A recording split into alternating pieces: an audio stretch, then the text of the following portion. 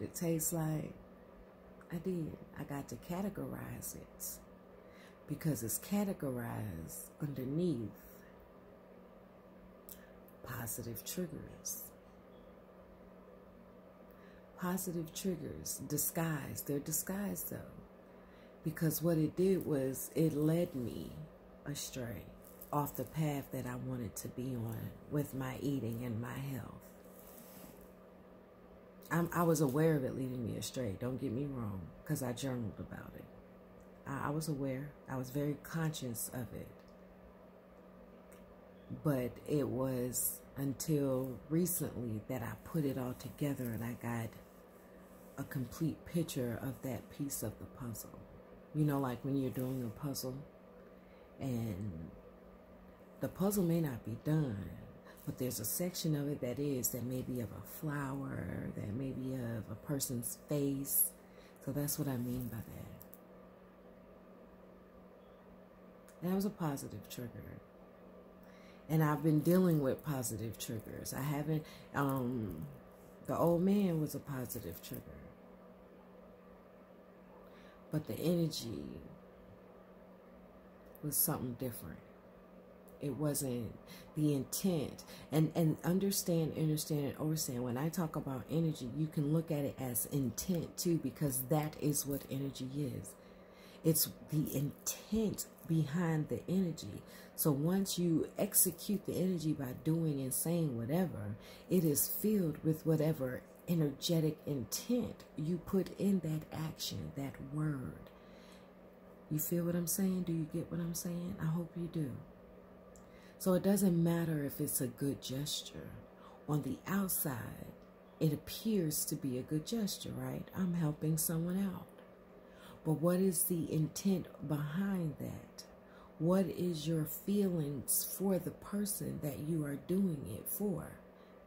Behind that, okay?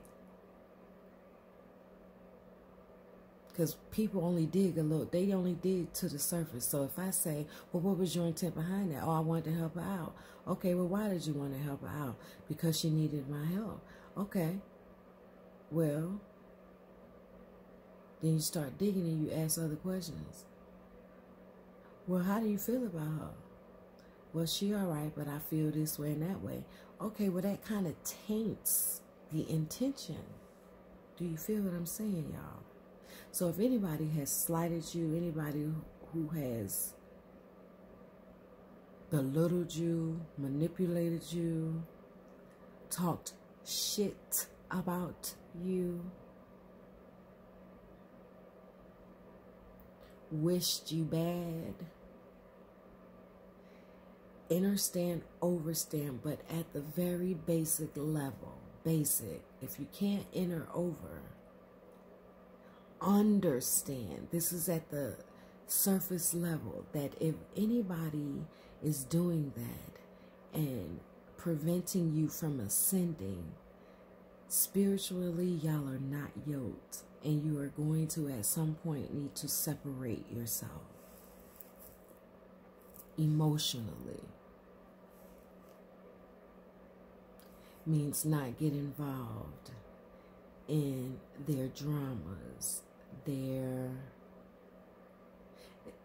especially if you're anything like me and you've been involved already. Like, I refuse to feed into anybody or pour into anybody about the same thing that I have done so over the past some odd years. I just can't do it. I just can't do it. Not only that, I won't do it. And that's more important. I won't do it. I won't do it. I won't give that energy. I will not feed it. Because that's keeping me stuck in a cycle with people that don't want to or are incapable of or can't see their way to change, evolve, not do the same thing repetitively and think things will change. You got to step out that lane if you want things to change. And for a moment, for a weekend, I stepped back in that lane with the eating.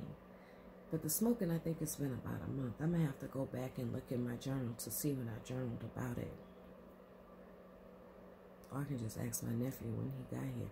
I think he got here a week before Thanksgiving, though. Or, yeah, I think maybe a week or two.